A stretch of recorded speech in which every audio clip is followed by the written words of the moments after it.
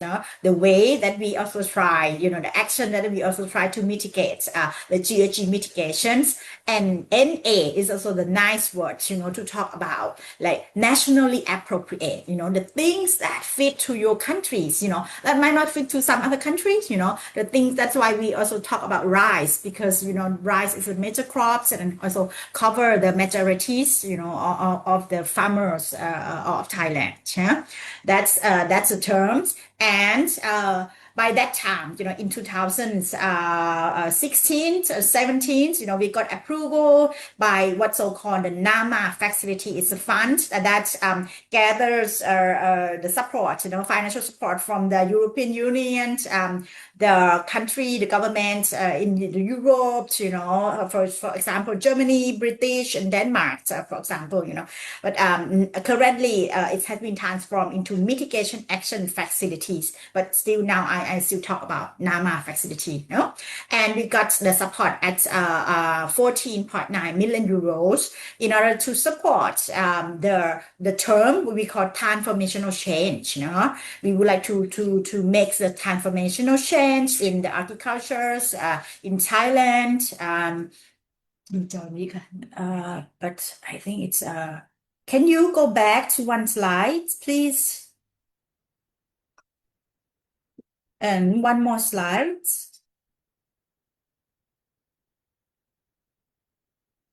Can you go next, please? Okay. Well, I can also talk about the objectives of that, in order to bring it into the whole transitions of the Thai rice farming, that we have the approach. Now we work into the 3 strategies. You see what we have in the component, or whatever we call the strategies.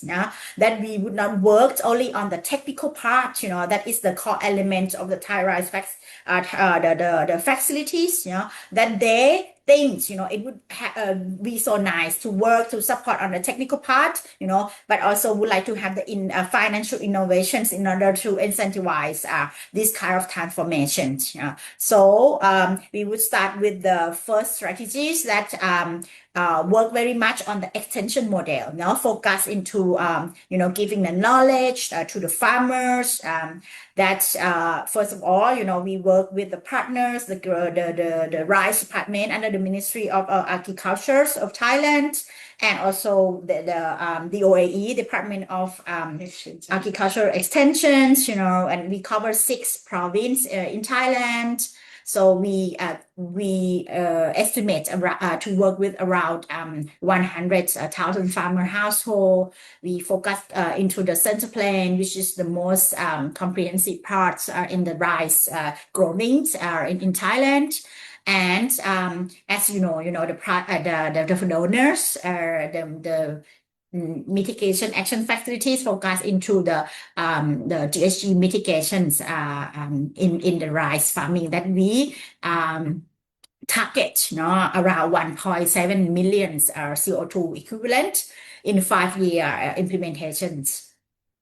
This is the part I mentioned about the first strategies. We work with the farmer who is the core actors. We develop kind of the modules, training modules for the low carbon rice. We also work through the existing systems of the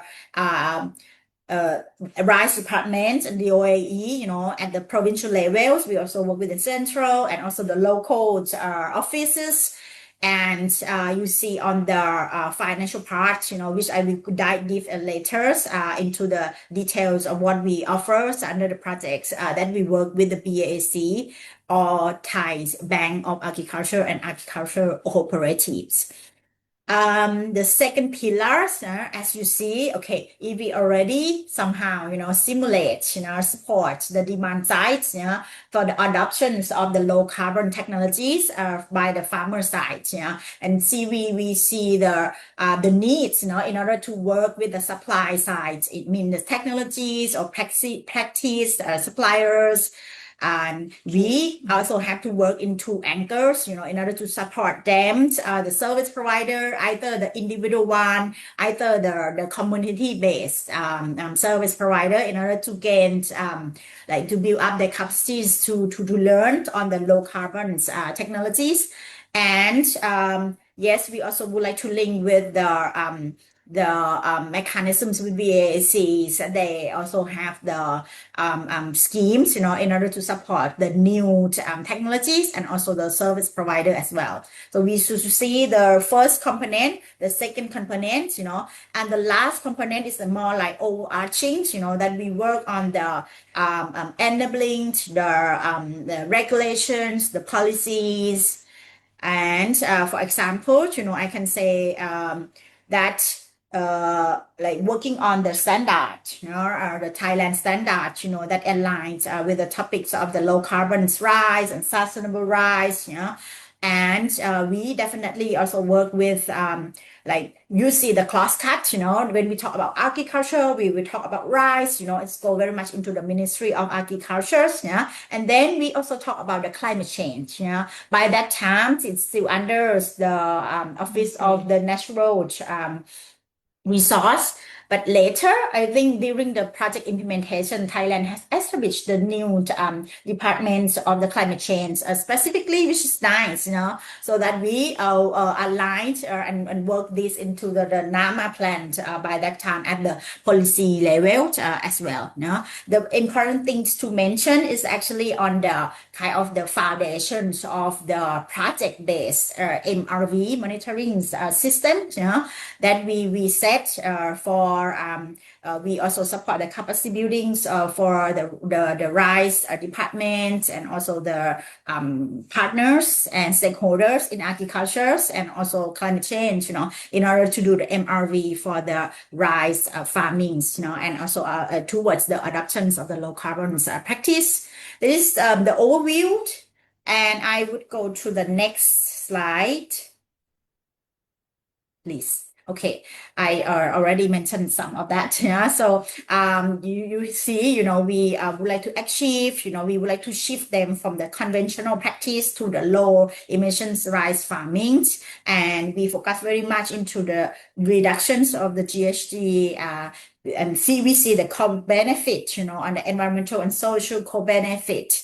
And we also see that it needs also we work through the market linkage with some private partnerships, and also, as just mentioned, we develop the financial mechanism in order to support.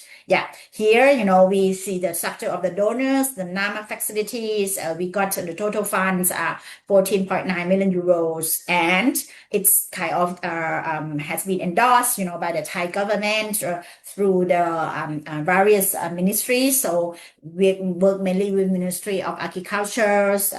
We have the BAC in the pictures, and in order to work in the provincial level, we also have to engage the one who responsible for the provincials, for example.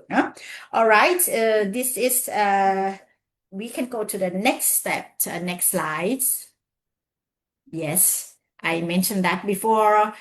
We focus into the 6 province in the Central Plain, and we aims to work with around 100,000 farmers household, and that cover areas around 400,000 hectares, which equivalent to the productions of rice production around 4 million tons. And the most important things are under the project, and also in order to deliver to the donors, is also about the GHG mitigations, that we have the project's MRVs systems for that. We target 1.7 million ton CO2 equivalent for 5 years project implementations. Next, please. When we talk about like low carbon rice techniques or practice, what is that people might and it's not invented by GIZ, it's actually part of the strategies of the Ministry of Agriculture, the rice department pick up on that, the various departments under the Ministries of Agriculture, including the LDDs, the land development, because rice is actually about soil, about air, about water management, and so on as well. I would name the first one, the laser land leveling technique. The second one is very, very important, the strong sabo management. You may heard that we in the recent years, we really painful, on the pollution topics of the PM 2.5, that affects the people all over from the cities to the rural area. And the important measures is actually alternate wet and dry techniques, which later Kulanda will also deploy explanations into that as well. And as you may know, the site-specific nutrient management is very important, about the soil test, about the fertilizer use, and so on. This is or we put it into the package of the low carbon rice, or in Thailand, we call 4+1 techniques. All right, go to the next step, please. All right, sorry, this is duplicating. I already explained that. And now the next slide, please. I will go into the financial mechanisms of the project. From the 14 million euros, around 8 million euro has been reserved by the donors to say that, okay, you really have to make the incentivizing models, financial models to support this transformation. I have to admit, that the proposal has been written even before I joined the project, So from the first, trial part, first 2 years, we stick very much into the original proposal that it put it into what's so-called the revolving fund. What does it mean? The revolving fund, which managed by BAC, Bank of Agriculture. The structure of revolving funds just like to offer the farmers, in order to get, let's put it that way, the loans, the soft loans with the zero interest rate, like 3 rounds the terms, 3-year terms payment, which sounds very nice, right?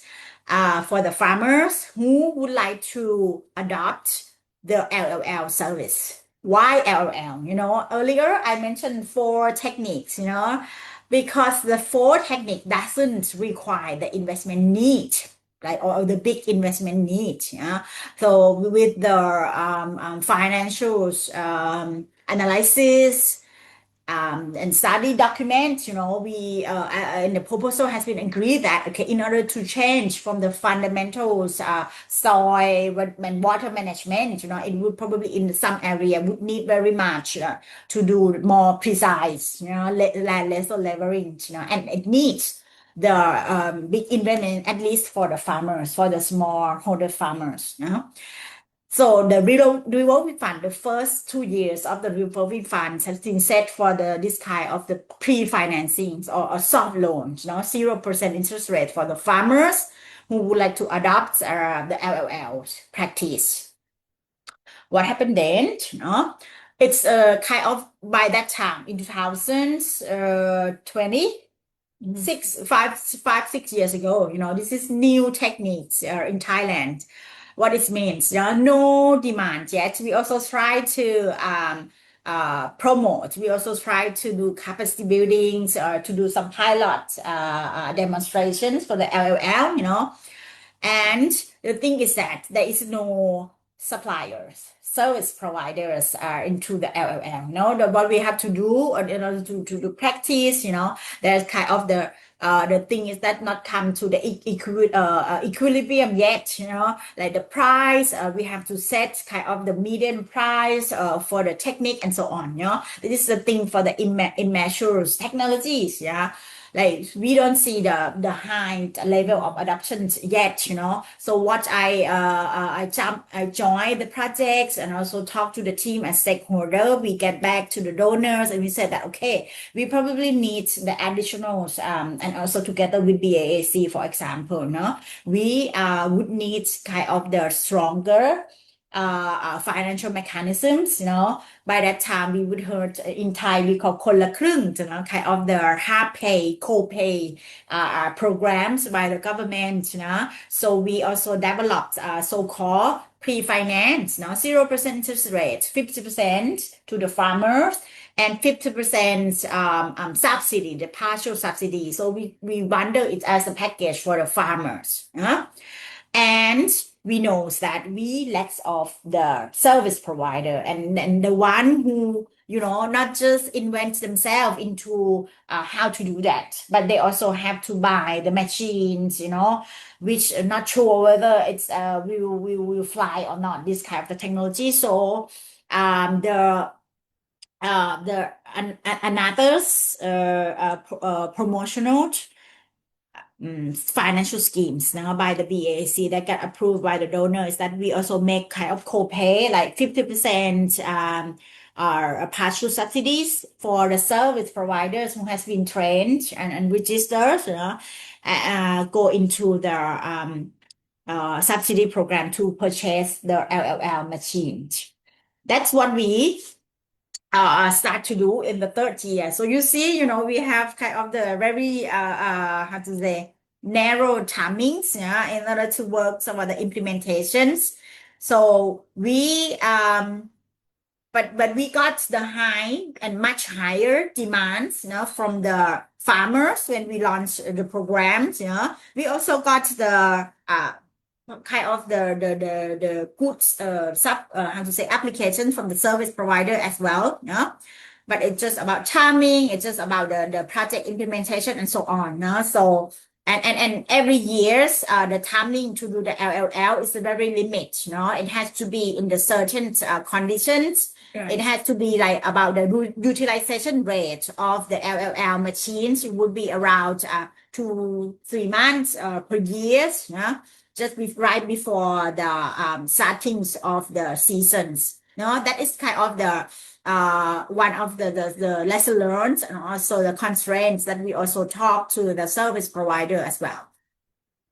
All right, I think I elaborate the financial mechanisms managed by the BAC.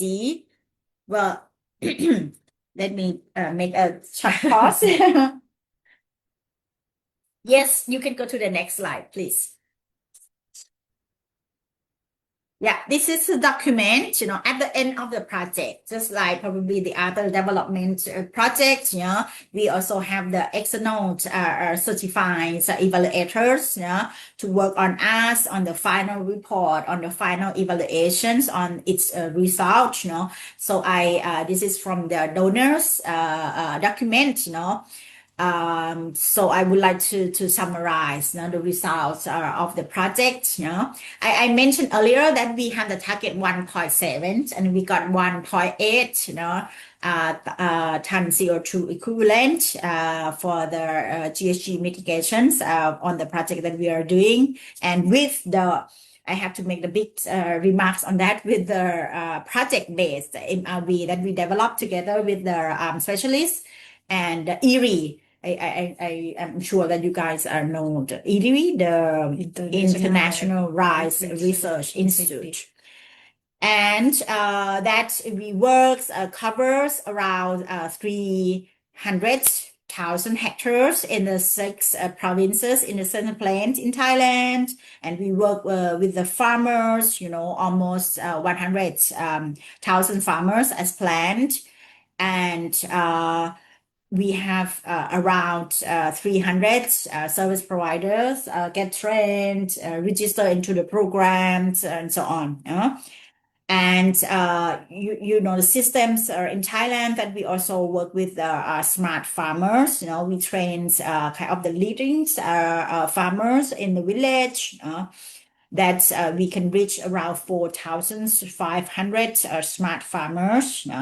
We can that's account that's relate into the total number of the farmers and also relate to the village of farmer groups that we work with, and also the number of the farming of the household. And just mentioned before that we got the budget 14 million euros. And about the gaps standards, you know, have been, project has been working closely with the stakeholders, and it becomes a national voluntary standards and enable farmers to distinguish the low carbon rice from the conventional cultivated rice. And we hope, you know, also in the future, so that it go into the market linkage on the low carbon rice as well. Right. Maybe we can go into the next step. Next slide, please. Yeah, I already mentioned that about the area, about the totals, numbers, and CO2 mitigations. Now comes to very technical part and interesting part as well. No, we mentioned about the alternate wet and dry. You know, when I joined, I have to admit that it sounds very convincing. You know, and that's what we work. It's also not only about the technical part, but also kind of the communication strategies to the partner and also to the farmer as well. No, when we say, oh, alternate wet and dry, okay, I'm confused. You know, I don't know when it can be wet, it can be dry, and for how long. You know, it sounds complicated for them. But in some area, you know, they also said, okay, when it's get dry, I know, I don't know when it can get wet. You know, because I cannot control the irrigated system and so on. You know, that we learn a lot also from this water management. But anyway, I would stop talking for some time, you know, and just Kulada to explain, you know, what is benefit of alternate wet and dry, you know, and into the nutshell. And also later, I can also try to draw the lesson learned from what we learned from the communication on this technique. Thank you, Kun Ampawa. For rice planting, no, rice production on farming, not totally will be around 110 and 120 days. It depends on the variety of rice. And if you can see from the presentation that this is the stage of rice farming. So normally the farmer will maintain water level for the whole period, just before harvest, that they're gonna dry the field. But according to the research activity that have been proved by Rice Department as well as the International Rice Research Institute, that during farming that farmer could apply alternate wetting and drying water management with no harm to the yield and the crop production. But anyhow, not to under Thai Rice Nama, when we work with the farmer in the area, still no farmers still don't get the point of the benefit. First, to communicate. First thing that we communicate to them, that we try to save water, reduce water consumption in rice farming, because rice farming consume a lot of water. As you may know, that 1,200 millimeter or 1,500 millimeter for cropping pattern. That means that farming, especially in Thailand or in the Central Plain, consume a lot of water, and that affect water management in the national plan. Then first we communicate to them that if they can apply AWD to their farming, gonna save water. But since the farming here in Central Plain, farmer still hasn't pay anything of the cost of the water that they utilize. Then the message on having safe water doesn't mean much to them.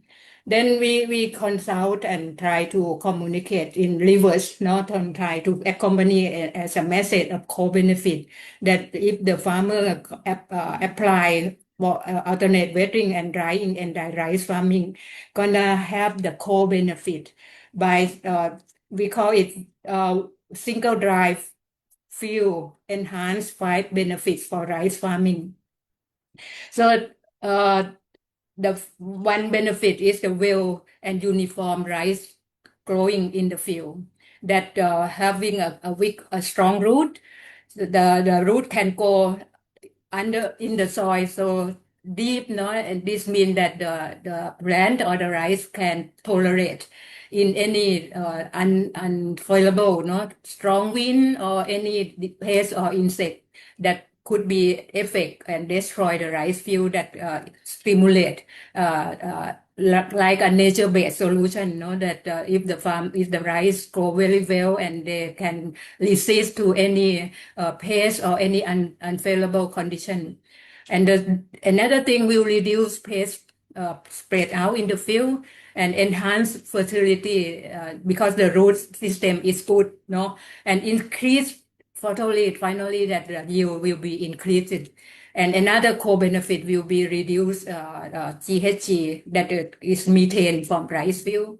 So the point that after the farmer can start seedling, now you can see 20 to 25 days around the rice germinate and grow and strong a bit and start to tillage. The farmer can reduce water. Not doesn't mean that they release water from the field. Don't irrigate more. Leave the field dry and wetting or delay pumping water into the rice field. That's the point. And when the rice grow up, when they apply first fertilizer after 25 days, that farmer will need to apply fertilizer. That will be the first application, that they need water in the field. Otherwise, the fertilizer will not dissolve and spread over the field. And after the rice having a maximum tiller in their field, the farmer can delay now water pumping by leaving the field dry, and we call that at 55 days after planting, that we call it dry period. And then they can leave 1 or 2 weeks, not or 10 days. And another dry field could be at before rice have get to the flowering state. That actually the farmer can leave the field dry 3 times during the cropping season, but normally we only expect only one before flowering stage. And after that, the farmer having irrigate water into the field and leave the water because the rice at that stage, the rice will need to have giving a yield and a filling state. If no water and they need to apply fertilizer at the second time, and they need water at this point, and then leave the water in the field and until the maturity. And after that, the rice doesn't need water anymore. So according to the technical, no, and research and activity that the farmer can apply AWD on their farming and will not have any effect on rice yield. And in opposite, no, they can get another co-benefit from having a strong and uniform rice growing and having a good quality of paddy that they harvest from the field. That we call this is a single dry. We need only before the flowering state. That at least now, if the farmer could not apply it twice or the third 3 time drying period, but we need only 1 time before flowering. That the point that we need. And if the farmer can apply according to the study of Rice Department and GIZ and ELI, it can reduce the GHG emission about 30% from normal practice. Thank you, คุณ number.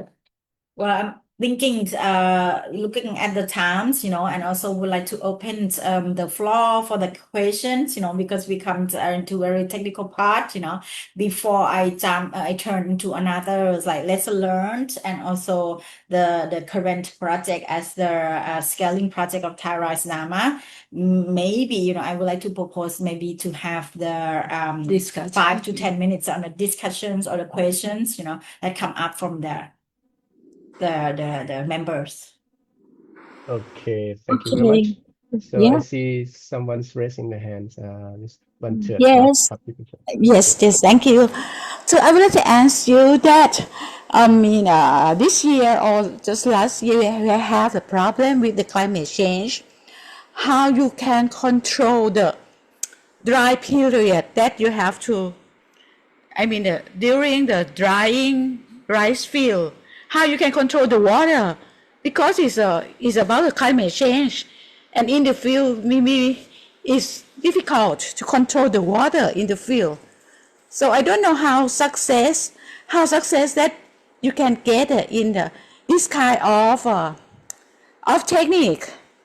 I know this technique like 5 years ago, but I don't know now the climate change is happening. So I don't know. I would like to ask you that how you recommend to work on this kind of technique for the farmers. One thing I forgot to mention that water management, alternate wetting and drying water management need to be in dry season in irrigation area. But in terms of the rainy rice farming pattern, is very hard, as you mentioned. Then we don't recommend the farmer in the rainy season area to apply AWD. It need to be in irrigation shelter area, otherwise the control and only in dry season ค่ะ not the whole year it ค่ะ means that is around March ใช่ไหมคะ March April May ช่วงนี้ไหมคะ ช่วง dry ที่ฤ start ดูค่ะ from November December from January November. here ค่ะ dry season here in Thailand in Central Plain start from November up to March and April ค่ะ ยาว 6 months. yes ค่ะ okay. Yeah.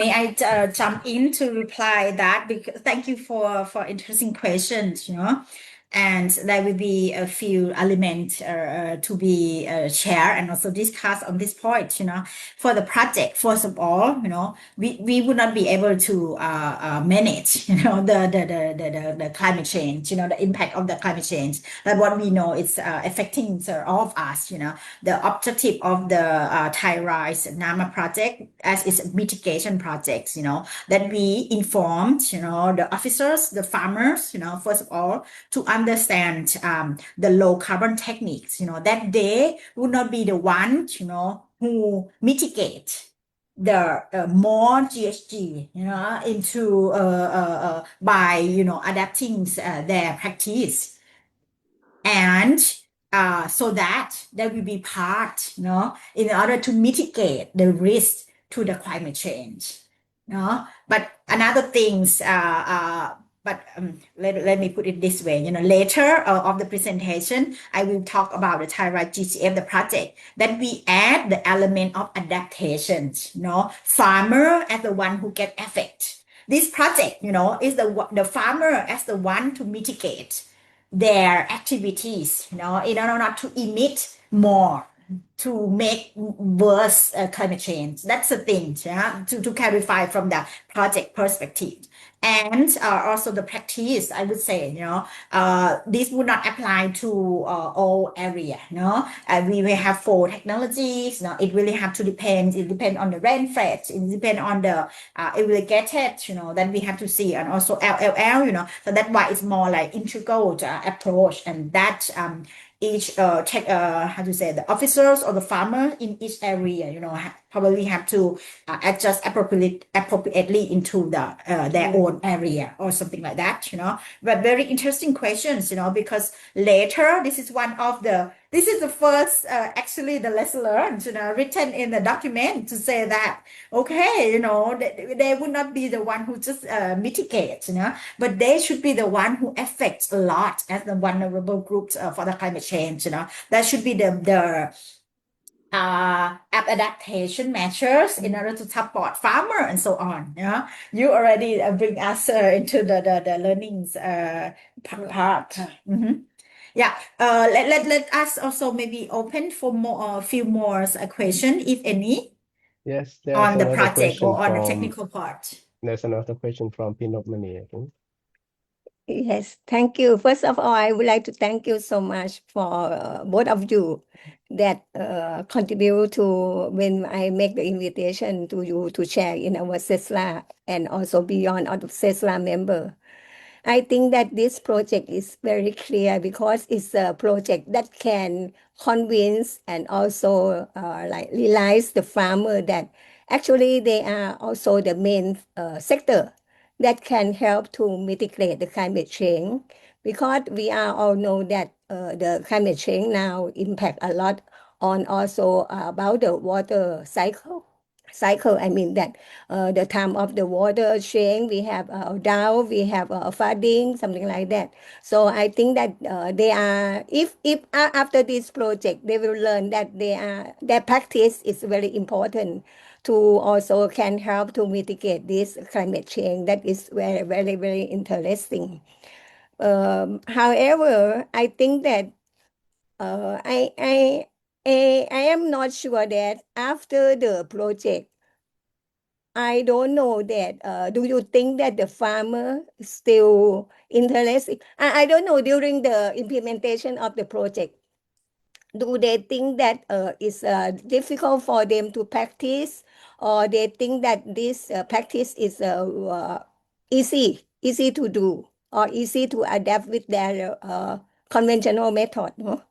And another question is that do you think that the group of the farmer that join the project of you now, they will be continue their action like this after we end the project? Thank you. Very Very interesting strategic question. question. As may I take part, and then Kun Ampawa will support or have another point.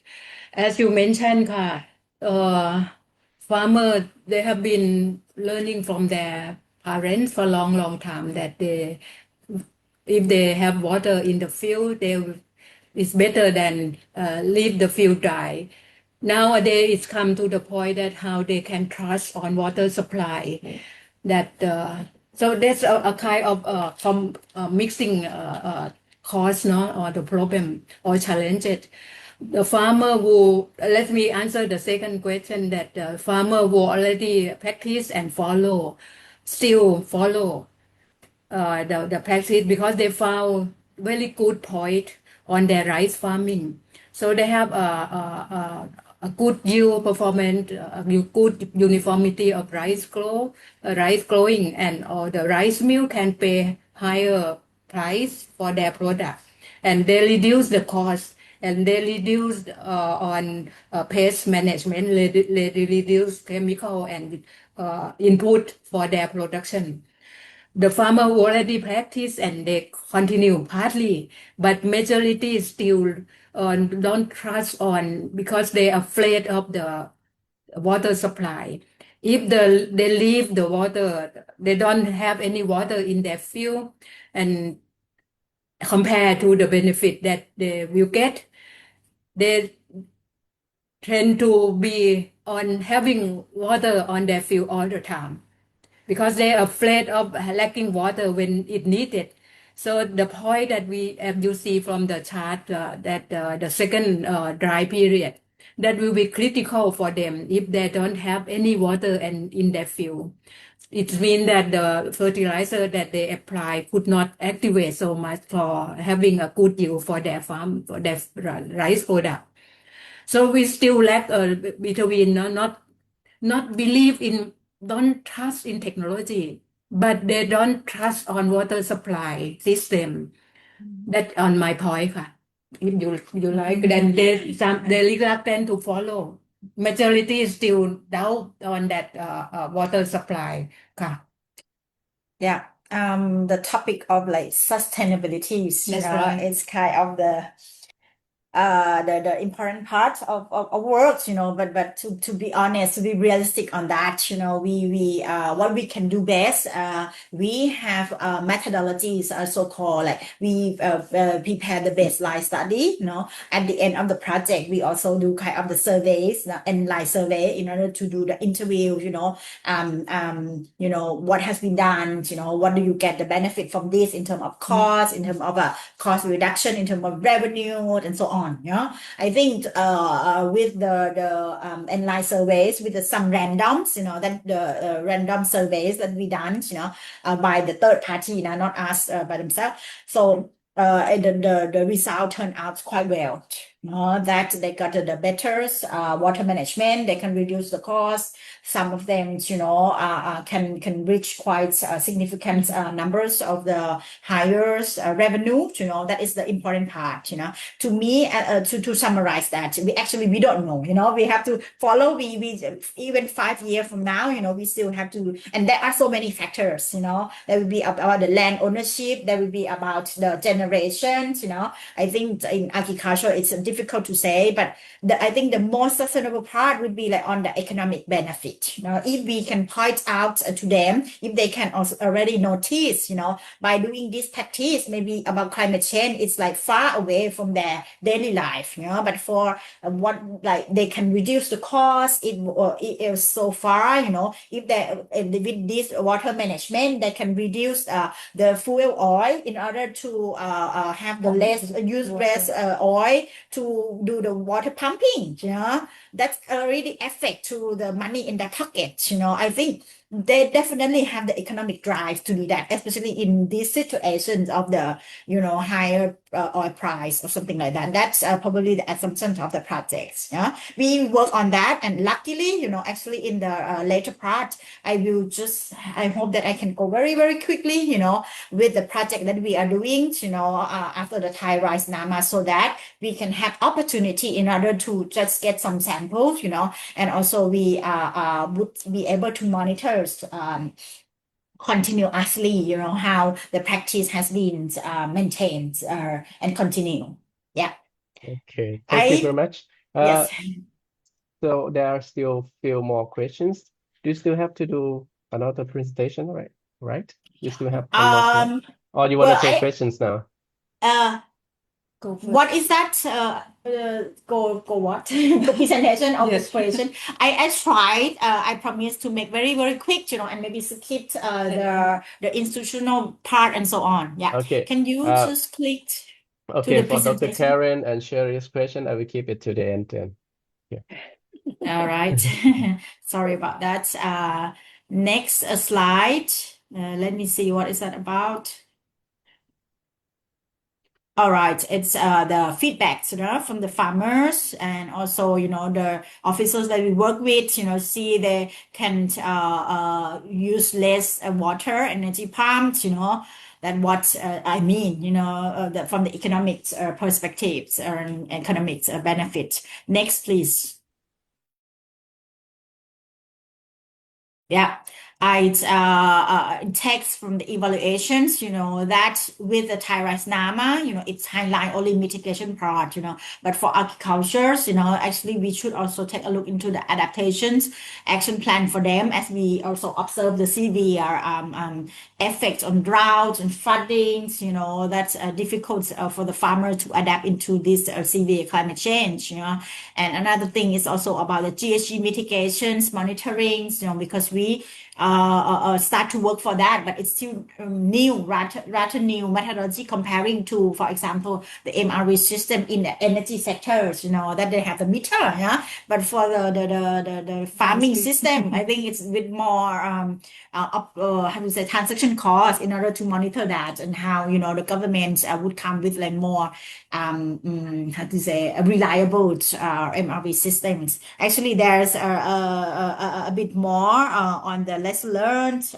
For example, so many people highlight on the market linkage, where to develop into the low carbon rice or climate smart rice, with the Thai Rice GCF. We pick up and we also try to be the platforms, to talk about that. Yeah. All right. I think I finished the part, so that we can also skip the lesson learned. The next slide, please. Yeah. I don't think we go into this, the extension model of the Thai government, we can skip,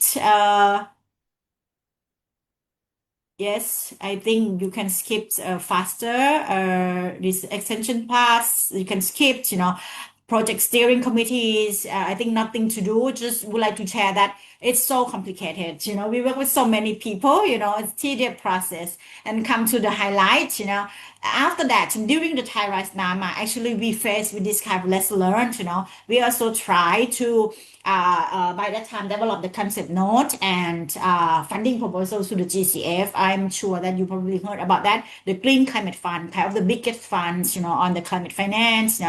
And we so proud and we happy that we got approved 2 years ago, and then we already start the project. Kunlada and me myself and the big teams. We can cover more province, so that we understand. Not only from the center plain, we also expand into the north, into the northeast, which is also the rainfed area. And we get the fundings, and GCF very highlight very much into the co-financing, and we have more synergies, partners, either government and also from the private sectors in order to join force, and the project's 5 years from 2022 to 2028. Yes, the next one, please. The next slides. All right. I already mentioned that you can skip, that we work on more province, from 6 to 21. That we can still work on the same 6 from Thai Rise Nama. It means that we have opportunities to work, to revisit them, to see what has been, trend, what has been done, it still continue or not. Yes, the next slide, please.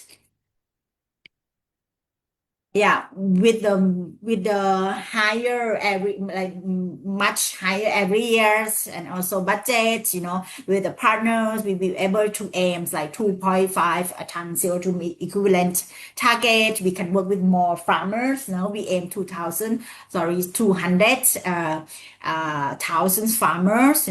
That we have to work a lot on the perspectives of the resource reductions, and either the air pollution, water management, and also we pay importance into the economic point of views, and also the gender issue, that we also are empowered, including the female farmers into the picture as per the very strict guidelines of the donors. Yeah. Now I'm under the pressure to make it so quick, and we can go so quick. Definitely, just would like to explain to you. You will see that we extend from 10 technologies practice. From 4 into 10. That we include more. 4 still remain. We include more the things for the farmer, because in order to deal with the climate change, it's not just like to deal with the farmer water management. It's also with the varieties. It's also with how they know how to manage the integrated pest management. And the next slide, please.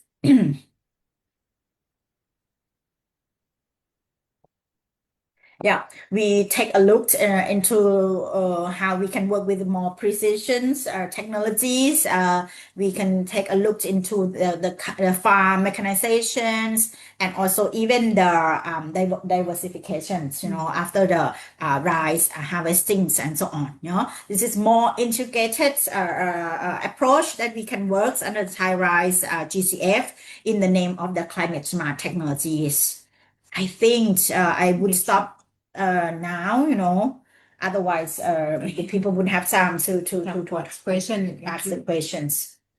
Yes, thank you very much for a wonderful presentation. So now we still have some time for some questions. I think we can start from Dr. Karen.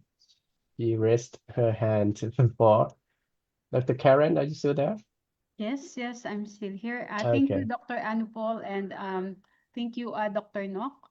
So, and I would also like to thank our resource persons, Ms. Ampawa and Ms. Lada, for the impressive accomplishments of the Nama Rise project.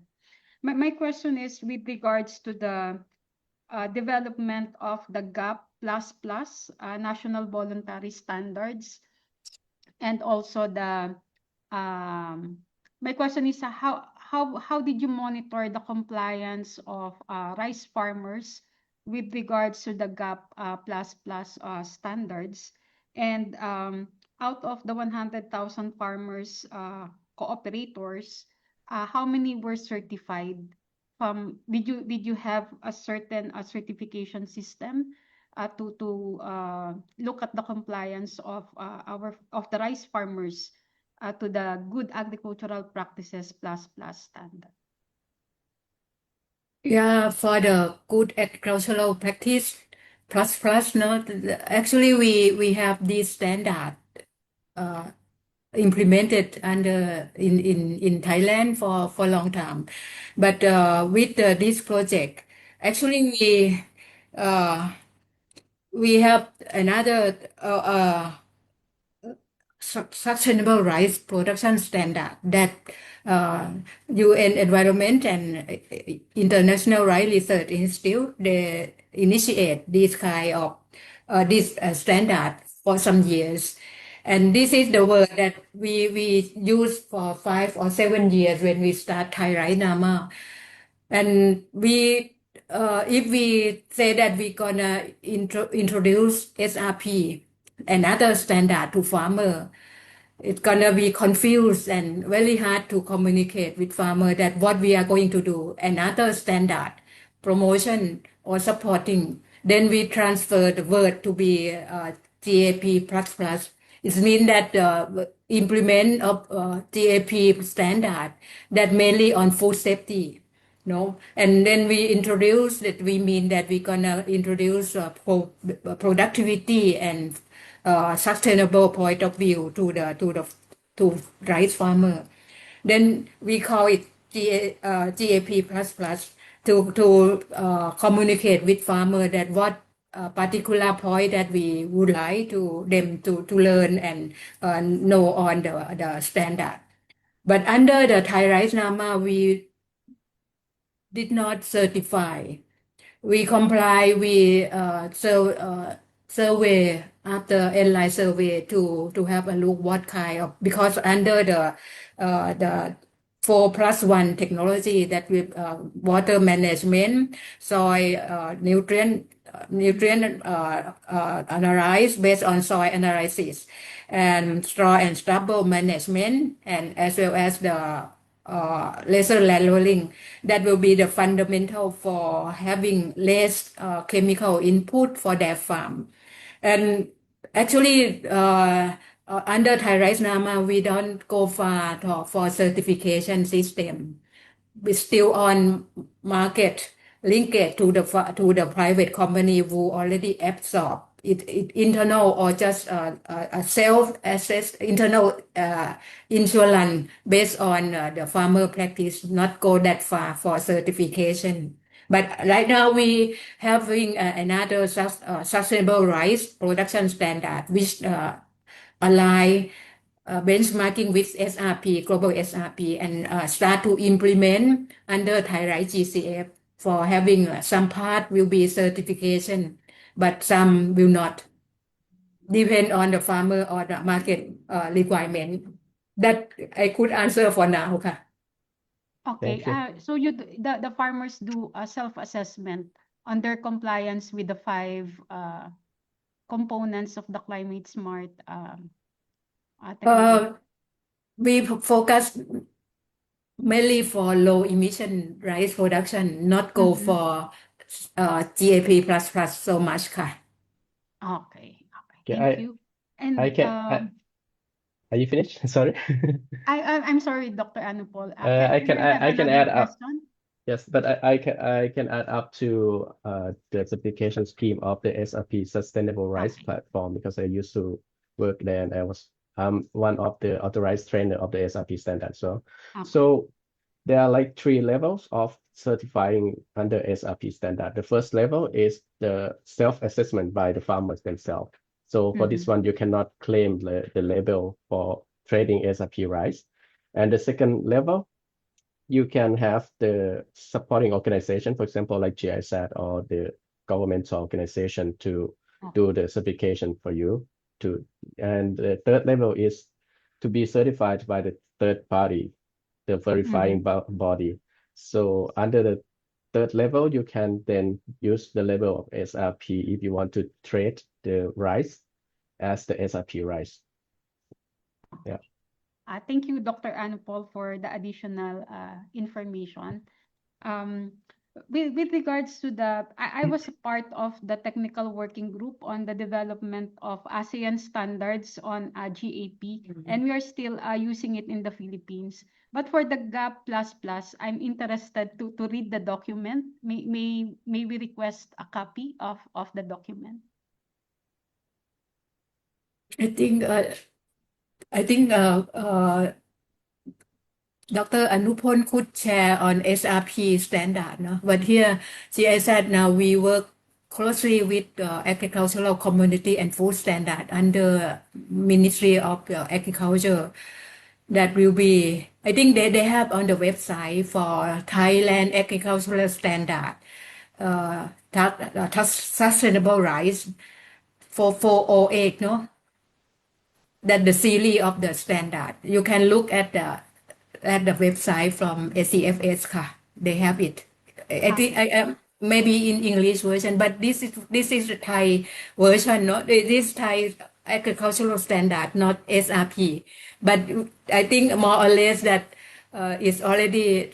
I'm not sure how the progress of benchmarking. I'm not sure because we need to ask ACFS on this topic. Thank you. My second question is with regards to HG emission monitoring protocol that you are implementing at the provincial level. So may I ask the specific tool that you are using for the GHG emission monitoring?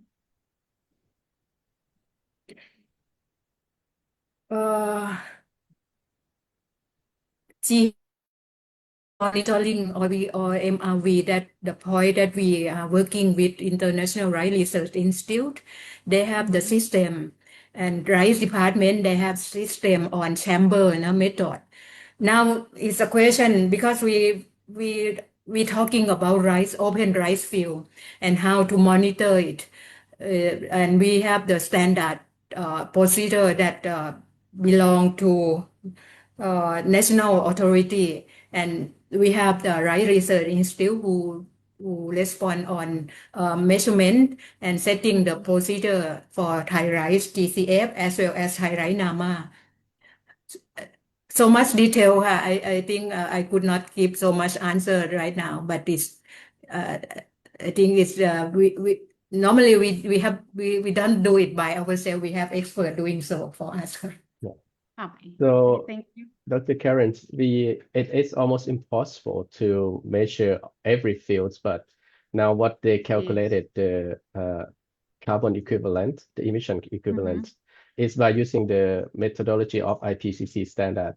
Yes, that's the what IPCC I'm asking. methodology. If they are using the IPCC. Yeah, I think now just Thailand don't have like the national value, so we're still using the IPCC value to calculate the emission. Okay. And they just have proxy indicators. Yes. Okay. Thank you, Dr. Anupol. Thank you, Dr. Lad. But in the future, we may have the value for our own country. So yeah. Thank you, Dr. Karen, for the questions. Thank you. So I'll move on to a few questions from Shirley in the chat box. She asked, like, what are the biggest challenges Thai rice farmers face due to climate change? Kun Ladda or Kun Ampawa, could you answer that? Biggest challenge? Yes. Being poor. Being poor. Not even not even faced with the climate change, Yeah. drought or flood or not, economic point of view. But yeah, part of that. But on the climate change, I would say they probably, from my answer, from my opinion, they do not know yet. We do not know yet. We know the climate change, but we don't know how severe. What's gonna affect to your the life or your careers or your asset and so on. That is unforecastable somehow. But for the farmers, they are in the vulnerable basis. One is has been hit. Probably like come to the most risky careers. I would say that's the way we probably have to inform them, to have the understand on that, what is that, and also start to talk about adaptations. Mhm. That's my answer. Mhm.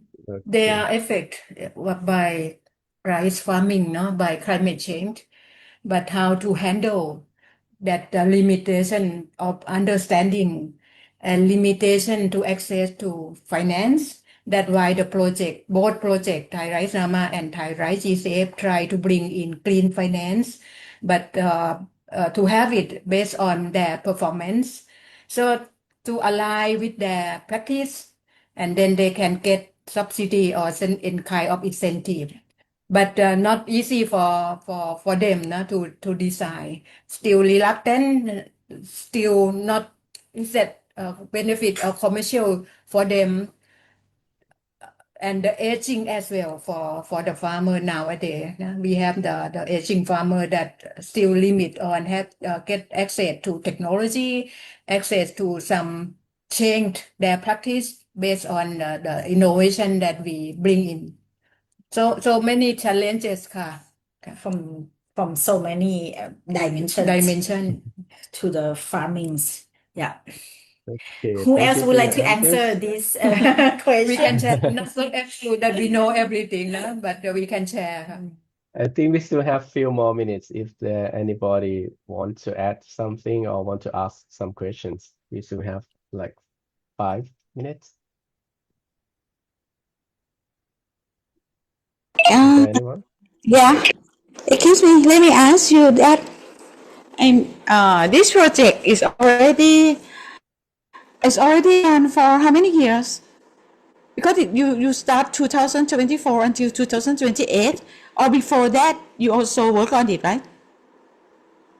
Thai Rice Nama Yeah. that I present from beginnings end in 2020 for mid 24, no? And Thai Rice GCF approved 24, but we start to work mainly last year for the preparations, trainer things, and until this year.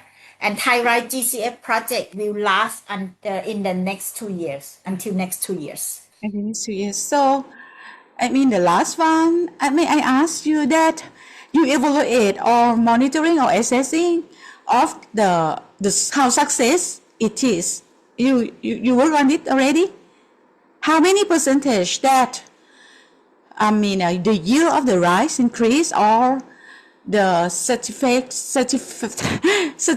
of the farmers working on this project?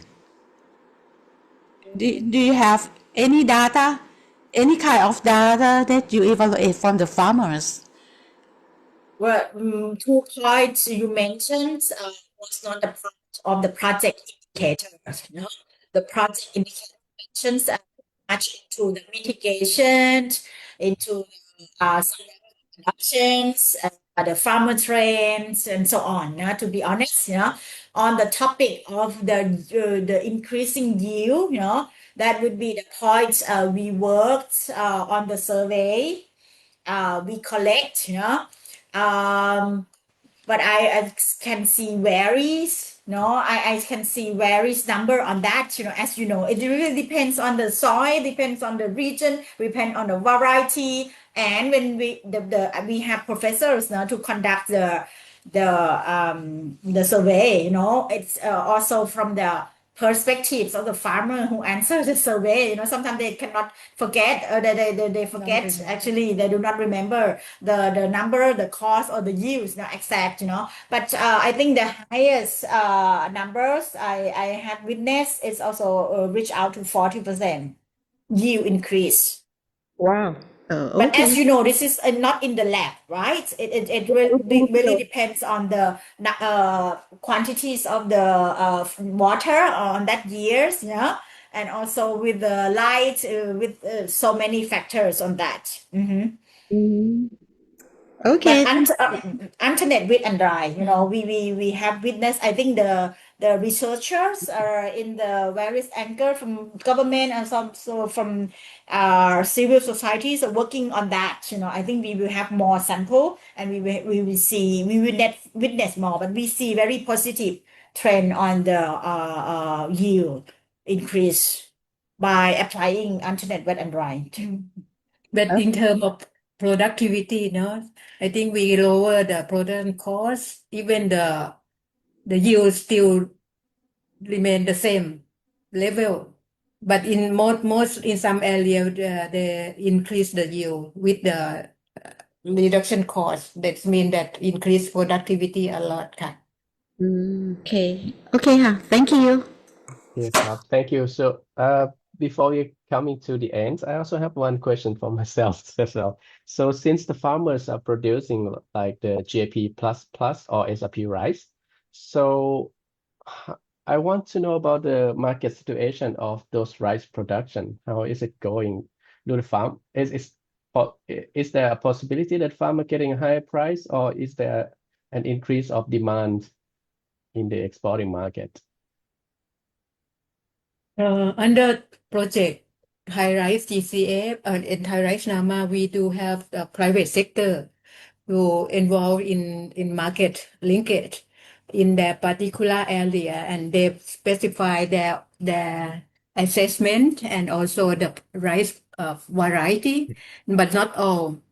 But that the price or the private company can give incentive based on their cooperation from the farmer, that how good and how bad. They will focus on the price based on incentive mechanism. And we have another part that working with farmer group that already show their significant improvement, and we got interest from private company and interest from big company who would like to create CSR program and would like to claim or to get the product from the farmer who doing something good. And maybe you may heard about Bang Jak. They contact with the farmer group in the area and they purchase the product and give as a souvenir for their customer to fill the fuel. And from that point, then they have the label of the farmer group in the package. And later on, there is customer from around area that I heard from the farmer group that there are some customer come and access to them that would like to have rice, to buy rice later on. That will be the improvement or development of farmer group that we have. But we would like to have more farmer group who act like that. But to develop